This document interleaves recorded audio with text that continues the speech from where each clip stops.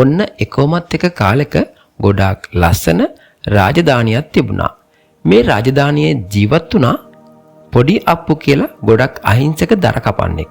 මේ පොඩි අප්පු ගොඩක් අහිංසක වුණාට එයාගේ බිරිඳ යසෝහාමි නම් ගොඩක් නපුරු කෙනෙක් වුණා. යසෝහාමි නිතරම පොඩි අප්පුට ගොඩක් දොස් කියමින් තමයි කාලය ගත කරේ. අනේ ඇත්තටම මමත් බැලගත්තල මේ වගේ මිනිහෙක් අපේ අම්මලාට තිබුණ නැද්ද මම ලෙර මිනිහෙක්ට බම්දා දෙන්න. දැන් ඉතින් මමත් මේ මිනිහා එක්ක දර කප දුක් විඳිනවා. අනේ යසෝහාමිනේ ඇයි ඔයා එහෙම කතා කරන්නේ? මම මෙච්චර කාලයක් උඹලා දෙන්නට කිසිම අඩුපාඩුවක් කරලා තියෙනවද? මම මෙච්චර කාලයක් උඹලට කන්න අඳින්න දුන්නනේ කිසිම අඩුපාරුවක් කරන්නේ නැතුව. ඔව් අපේ කන්න අඳින්නලන් දුන්නා. ඒත් අපි ඒවා කෑවා නෙමෙයි ලෙව කෑවා. මම ගෙදර ඉන්න කාලේ කොයි තරම් හොඳට කාලා දීලා ලස්සනට ඇඳලා ජීවත් වුණාද? මේ මිනිහා එක්ක ජීක ආව දවසේ ඉඳලම මම දුක් විඳිනවා. යසෝහාමිනේ එක පාරටම පෝසත් වෙන මිනිස්සු මේ ලෝකේ නෑ. දුක් මහන්සි වෙලා උත්සාහයෙන් සමගියෙන් වැඩ කරොත් තමයි අපට දවසක දියුණු වෙන්න පුළුවන් වෙන්නේ. ඒක හින්දා හැම නිතරම මට දොස් කිය ඉන්න එපා. මම කරන වැඩවලට උදව් වෙලා මොකක් හරි දියුණුවක් බලාපොරොත්තුවෙන් වැඩ කරන්න මහන්සි ගන්න. ඉතින් මේ විදිහට පොඩි අප්පු යසෝහාමිනේට මොන දේවල් කීවත් යසෝහාමිනේගේ නපුරකම නම් කවදාවත් අඩු වුණේ නැහැ. යසෝහාමිනේ පොඩි අප්පු සමග දර කපන්න කැලයට යන හැම වෙලාවකම පොඩි අප්පුට නොඑක් විදිහට බැන වැදුනා. ඉතින් දවසක් පොඩි අප්පුයි යසෝහාමි දර කපන්න උදේම කැලයට යන්න පිටත් වුණා. යසෝහාමිනේ ඔයාට ඇහෙනවද අර කැලේ පැත්තෙන් මොකක් හරි ශබ්දයක් එනවා වගේ? මට දැන් ටික වෙලාවක ඉඳලා ළමෙක් අඬන සද්දයක් ඇහෙනවනේ යසෝහාමිනේ. අනේ නිමිහෝ ඒ පාර තමුන්ට දවල්ටත් හොල්මම් පේන්න පටන් අරගෙනද ඉක්මන් කරලා ඔය දරපික සපාදත්තම රෑවෙන්න කලින් ගෙදර යන්න පුළුවන්. නෑ යසෝහාමිනේ හොල්මන් නෙමෙයි. මට ඇහෙනවා කැලේ පැත්තෙන් පුංචි ළමෙක් අඬන සද්දයක්. පොඩ්ඩක් ඉන්නකෝ මම ගිහිල්ලා බලලා එන්නම් මොකද්ද ඒ ඇහෙන ශබ්ද කියලා. ඔන්න ඉතින් මේ වෙලාවේ කැලේ පැත්තෙන් ඇසුණු ශබ්දේ මොකද්ද කියලා බලන්න පොඩි අප්පු ඒ දිහාට යන්න පිටත් වුණා. ඒ පිටිපස්සෙන්ම යසෝහාමිනෙත් කැලේ දිහාට ගමන් කරා. කැලේ ඇතුළට ගියපු පොඩි අප්පුටයි යසෝහාමිනේටයි එයාලා දැකපු දෙයින් අදහ ගන්නත් බැරි වුණා. මේ බලන්න යසෝහාමි මම ඒකනේ ඔයාට කිව්වේ මේ බලන්නකෝ ඇත්තටම මෙතන ළමයෙක් ඉන්නවා. කාගිට දන්නේ දෙවියනේ මේ කිරිසප්පයා. අනේ මේ පොඩි අප්පු ළමයා කාගේ වුණ අපට වඩාත් නෑ. ඔන්න ඔය ළමයා ඔතනින් තියලා අපි දරටි සපාරම ඉක්මනට ගෙදර යමු. ළමයාගේ අයිතිකාරයෙක් ඇවිල්ලා ළමයා ඇවයියයි. උඹට පිස්සුද යසෝ? මේ කිරිසප්පයා අපි කොහොමද මෙතන දාලා යන්නේ? මේ දරුවා කැලේ ඉන්න දෙවියෙක්ට එහෙම අහු වුණොත් එක කටට ගිරලා දමයි. බෑ මට නම් මේ ළමයා මෙතන දාලා යන්න බෑ. එහෙනම් දැන් ඔහේ ඉන්නේ ළමයාව අපේ ගෙදරට යන්නද? මම නම් ඒකට පොඩ්ඩක්වත් කැමති නෑ. අර අපේ ළමයාටත් අපි කන්න බොන්න දෙන්නේ කොයි තරම් අමාරු වෙන්ද? තව ළමයෙක් අරන් ගිහිල්ලා අපි කොහොමද ජීවත් වෙන්නේ? යසෝහාමිනේ ඔයා ඒ ගැන කල්පනා කරන්න එපා. මම මේ දරුවත් මගේම දරුවෙක් වගේ කන්න බොන්න දීලා හදාගන්න. මේ ළමයාගේ නම අද ඉඳලා විබීත. හරි එහෙනම් ඔහේට මේ ළමයා ගෙදර එක්ක යන්න ඕනෙම නම් ඇරදිම ගියාට කමක් නෑ. කොහොම වුණත් මගේ හසිත පුතාටම කිසිම අඩුපාඩුවක් සිද්ධ කරන්න බෑ. ඉතින් ඔන්න ඔය විදිහට කැලේදී හම්බ වුණ පිරිමි දරුවා පොඩි අප්පුහාමි ගෙදර එක්කන් ගියා. පොඩි අප්පු නම් කවදාවත් ඒ දරුවට වෙනස්කමක් කරන්නේ නැතුව ගොඩක් ආදරෙන් එයාගේම දරුවෙක් වගේ බලාගත්තා. හැබැයි යසෝහාමිනම් ඒ දරුවට ගොඩාක් වෙනස්කම් කරා. මේ වෙනකොට යසෝහාමිගේ දරුවයි කැලෙන් එක්ක ආපු දරුවයි පාසල් යන වයසටත් ලන් වෙලා හිටියා. විබීතේ උඹට කං ඇහෙන්නේ නැද්ද කොල්ලු?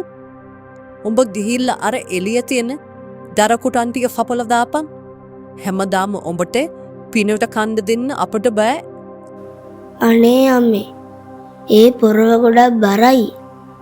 මට තාම ලොකු දරකොට කපන්න බෑනේ අම්මේ. මට ඕන හසිත එක්ක ගුරු ගෙදරට ගිහින් ඉගෙන ගන්න. නේ අහපන් කොල්ලෝ, මම උඹට දවස් කීයක් කියලා තියෙනවද? උඹට මට අම්මා කියන්න එපා කියලා. උඹ මගේ දරුවෙක් නෙමෙයි. උඹ අපි හදාගන්න ගෙනාවේ. හසිත තමා මගේ දරුවා. උඹට කොහොමත් බෑ මගේ දරුවා වදිය වෙන්න. ඵලයන් දීන් අම්නාරේ තියෙන රැබැක් කරපන්. එනවා මෙතන බුරුදි දෙර යන්න හදන්න. ඔන්න ඉතින් මේ විදිහට යසෝහාමිනේ පුංචි විබීතට ගොඩක් නපුරු කම් කළා. නපුරු විදිහට සැලකුවා. හැම වෙලාවකම පුංචි විබීතගේ හිත රිදවන්න උත්සාහ කරා. ඒ වගේම නිවසේ තියෙන වැඩ ඔක්කොම විබීතට කියලා කරගන්න යසෝහාමිනේ පුරුදු වෙලා හිටියා. යසෝහාමිනේට විබීත ගැන තිබුණේ පුදුම තරහක්. කිසිම අනුකම්පාවක් තිබුණේ නැහැ.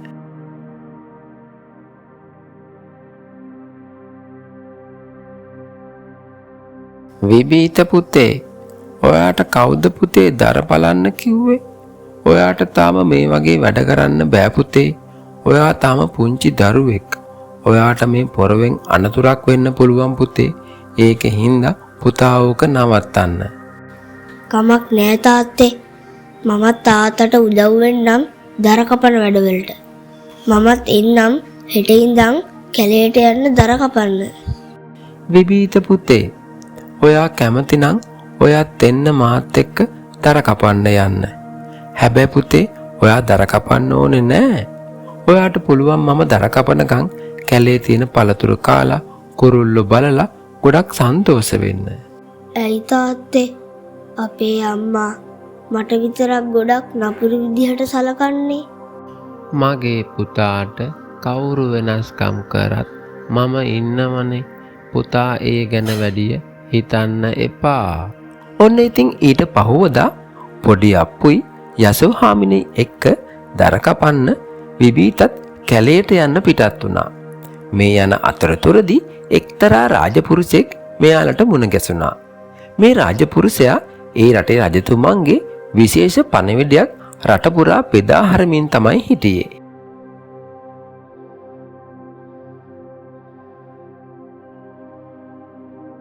අනේ ගැත්තාට අනුකම්පා කරමනව.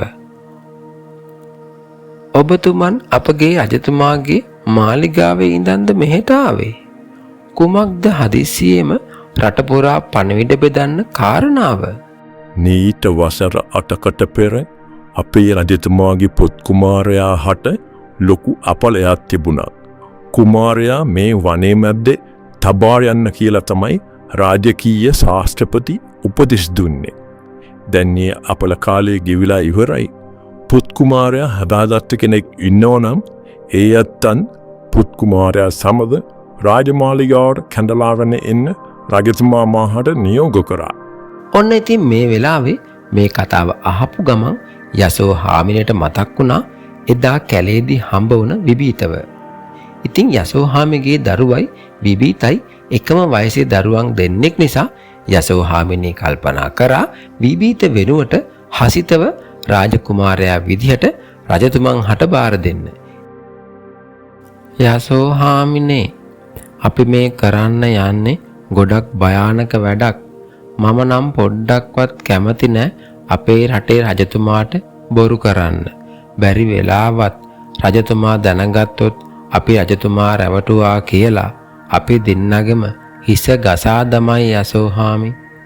අනේ මේ කටවහදන එනවද යන්න මාත් එක්ක රජමාලිගාවට. රජතුමා කොහොමද හරියටම ඇත්ත කුමාරයා කවුද කියලා හොයාගන්නේ? අපි කියන දෙයක් තමයි රජතුමාද පිළිගන්නේ වෙන්නේ. ඒක නිසා ඔහේ පැහෙන්නේ නැතුව ඉන්නවා. ඔන්න ඉතින් ඔය විදිහට පොඩි අප්පුයි යසෝහාමිනේ දරුවන් දෙදෙනාම සමග රජමාලිගාවට යන්න පිටත් වුණා. කොහොම වුණත් පොඩි අප්පු නම් මේ කරන්න යන වැඩේ ගැන ලොකු කැමැත්තක් තිබුණේ නැහැ. යසෝහාමිනේගේ ඉල්ලීම නිසාම තමයි පොඩි අප්පු හාමි කට වහගෙන එයත් එක්ක මාලිගාවට යන්න පිටත් වුණේ. නුබලා මොනවද මාගේ කුමාරයා ගැන දන්නේ? මාහට නිවැරදි තොරතුරක් ලබා දුන්නොත් ඇටෙක් බරට රත්තරන් වලින් තෑගි ලැබීමට නුබලට පුළුවන්. අවසරයි දේවයන් වහන්සේ. අපි ඔබගේ පුත්කුමාරයා ගැන දන්නවා. මේ ඉන්නේ ඔබගේ පුත්කුමාරයා තමයි. මමයි එයාව පොඩි කාලේ ඉඳන් ලොකු මහත් කරලත් බලා දත්තේ. හොඳයි. එරිසිනම් පවසන්න පුළුවන්ද ඔබට කොහොමද මාගේ පුත්කුමාරයා හමුුණේ කියලා? අවසරයි දේවයන් වහන්සේ. මේට රසට අටකට පෙර අපි දර කපන්න කළ යුතුය. ඒ වෙලාවේදී අබ්බකහත් යප ඉඳලා තමයි ඔබගේ පුත්කුමාරයා වාහට මොනොදෙස්නමේ. ඉතින් මේ වෙලාවේදී රජතුමන් යසෝහාමිනේ කියපු දේ ගොඩාක් හොඳින් විශ්වාස කරා. ඇත්තම කුමාරයා විභීත වුණත් විභීතට සිද්ධ වුණේ ආපහු පොඩි අප්පු සමග දර කපමින් දුක් විඳ විඳ ජීවත් වෙන්න.